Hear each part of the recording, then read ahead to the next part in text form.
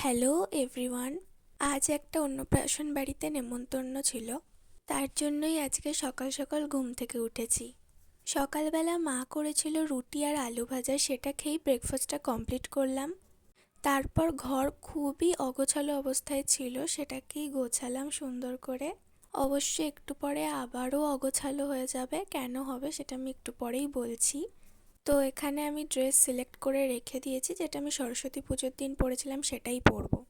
এবার দেখো কথাটা আমি কেন বলেছি অলওয়েজ রেডি হওয়ার সময় অগোছালো হয়ে যায়, আমি জানি না কেন। তারপর দেখো এখানে আমরা সবাই রেডি হয়ে বেরিয়ে পড়েছি। তারপর গিয়ে দেখে অনুষ্ঠান শুরু হয়ে গেছে। দেখো কত সুন্দর করে সাজিয়েছে, আর বাচ্চাটাকেও খুব সুন্দর লাগছিল। তারপর আমরা মুখে ভাত অনুষ্ঠান দেখে চলে গেলাম খেতে। তো খাওয়া দাওয়া শেষ করে গল্পগুজব করে অনেক অনেক ফটো তুলে আমরা রাত 8টায় বাড়ি ফিরে আসলাম।